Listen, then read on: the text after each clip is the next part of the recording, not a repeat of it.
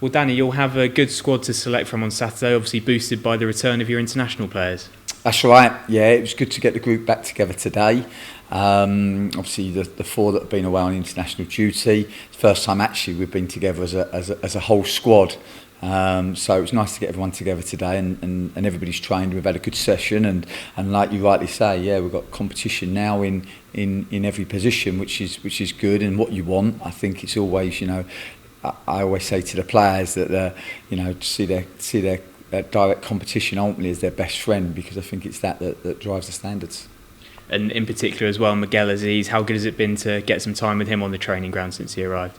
Yeah, no, great to have Miguel. It's the first time that he's trained today. He's been with us Tuesday and Wednesday, but obviously he come off the back of a tough training camp with England, and it was great to see him on the grass today.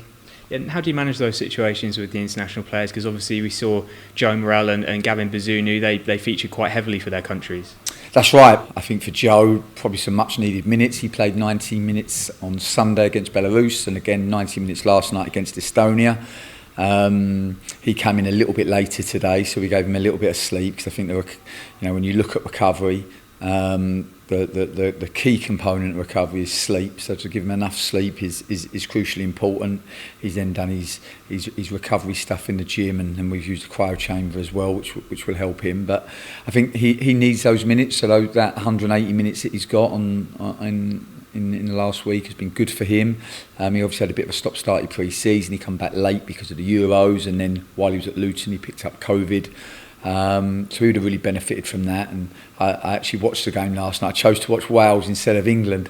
So I can't believe he's done that to me. But no, he played really well in both games, used the ball really, really effectively, passed it well. I think created 2 or 3 chances, really clear-cut chances over the last 2 games. So that's been good to see. And obviously Gavin's had 3 games, so he had Tuesday, Saturday and Tuesday, coming off the save of the penalty save against Ronaldo, and then 2 really good performances. And his game Tuesday against Serbia, I thought he was outstanding. And what I love about Gavin is he's come in this morning and could easily have, we gave him the option of taking a second day recovery, but he's got this laser focus, and he wanted to be back on the grass and he wanted to be back training, and that says everything about him. And I look at his mentality, and he's only a 19-year-old, but he's a leader in terms of our group with regards to that mindset and mentality and what you need to do and what you need to be if you want to play at the very top.